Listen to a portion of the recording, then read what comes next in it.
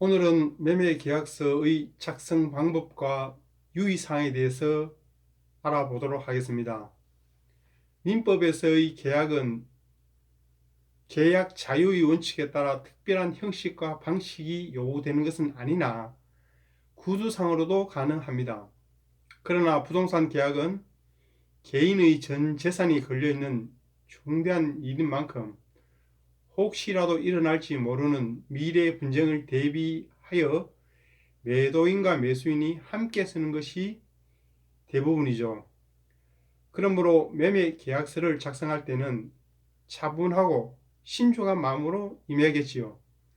이제 부동산 매매 계약서의 양식과 작성 방법에 대해서 하나하나 살펴보도록 하겠습니다.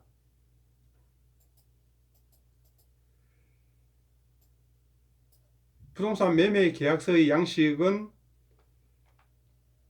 5개로 이렇게 나눠질 수 있는데, 제일 첫 번째 있는 부분이 부동산의 표시이고, 두 번째는 매매 대금의 지급의 내용, 그리고 계약 관련 약정 조문, 그리고 특약사항, 그러면 계약 당사자와 공인중개사의 인적사항이 기록되게 되어 있습니다. 매매 계약서를 위와 같이 구분하면 여러분들은 복잡하다는 생각보다는 쉽게 내용을 파악할 수 있을 겁니다. 이제 자신감을 갖고 매매 계약서에 대해 제대로 한번 알아봅시다. 부동산의 표시에 대해서 먼저 얘기하겠습니다. 거래하는 물건의 소재와 토지의 건물의 구조와 용도, 면적 등을 기재하는 곳입니다. 주의할 점은 소재지를 정확하게 기재하되 등기부 등본과 건축물 관리 대장을 근거로 작성하고, 특히 아파트나 다세대 주택의 경우 동호수를 정확하게 기재해야 합니다. 등기부 등본과 건축물 관리 대장이 실제와 다른 경우에는 건축물 관리 대장이 우선함을 기억하셔야 합니다. 두 번째, 매매 대금의 지급의 핵심 내용. 거래 금액을 얼마로 하고 언제 어떻게 지불한다는 것을 적는 란입니다. 총 매매 대금과 계약금, 중도금, 잔금의 금액과 지급 시기를 기재하는 곳으로, 잔금의 경우에는 조금 여유 있게 작성하는 것이 좋습니다. 잔금 대출을 신청했는데 대출 승인이 늦어질 수 있으므로 약간의 여유를 두는 것이 좋습니다. 세 번째, 계약 관련 약정 조문입니다. 돈 이외의 약정 사항을 기재하는 곳으로 대부분 2조부터 9조까지 표시가 되어 있습니다. 소유권 이전은 언제 주고, 지금 현재 담보 설정된 물건이 어떻게 처리하며, 세금은 누가 부담할 것이며, 계약 해제 시 생기는 문제는 어떻게 하고, 중개 보수는 어떻게 지급한다는 것이 주 내용입니다. 특약사항 적는 안이 있는데요. 특약이라 하면 표준 계약서 내용에 적혀 있는 것을 제외하고 계약 당사자 상방이 주고받은 특별한 약속에 대해 계약서에 적는 것을 말합니다. 특약사항은 구체적일수록 당사자 사이의 분쟁을 줄여주므로 최대한 상세하고 꼼꼼하게 작성하는 것이 중요합니다.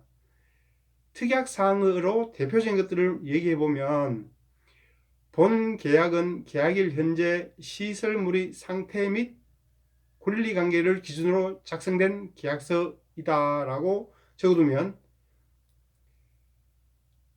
나중에 매도인 및 매수인이 모두 심리적 압박을 주는 효과가 있습니다.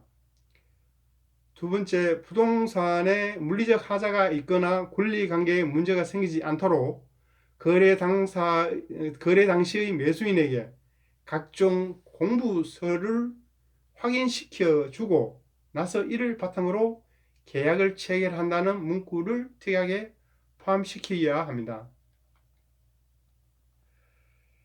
매매 목적물에 근저당이 설정되어 있는 경우에는 잔금 지급일에 근저당을 발송한다는 특약을 기재하는 것이 좋겠고요.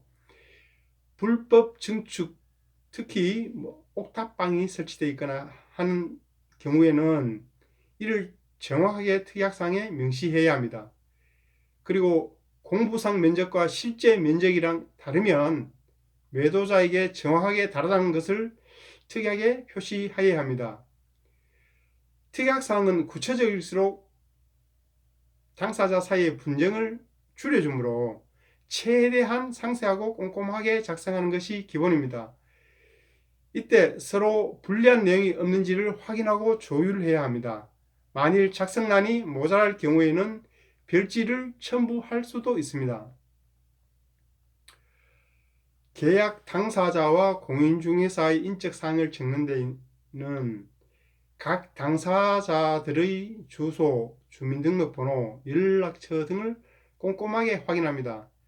반드시 서로 주민등록증과 등기사항 전부증명서, 건축물 관리대장 등을 놓고 본인 여부와 주소, 주민등록번호를 정확하게 기재하는 것이 중요합니다. 이렇듯 부동산 매매 계약서 작성을 마쳤다면 계약서의 각 장을 연결하는 간인, 그리고 각 장을 이렇게 겹쳐서 도장을 찍는 것을 말합니다. 이는 각각의 계약서가 동일하게 하나로 작성되었음을 입증하는 것이므로 어느 한쪽에서 계약서를 갈아 끼울 경우 금방 식별할 수 있는 방법입니다. 이상으로 오늘의 포스팅을 마치도록 하겠습니다.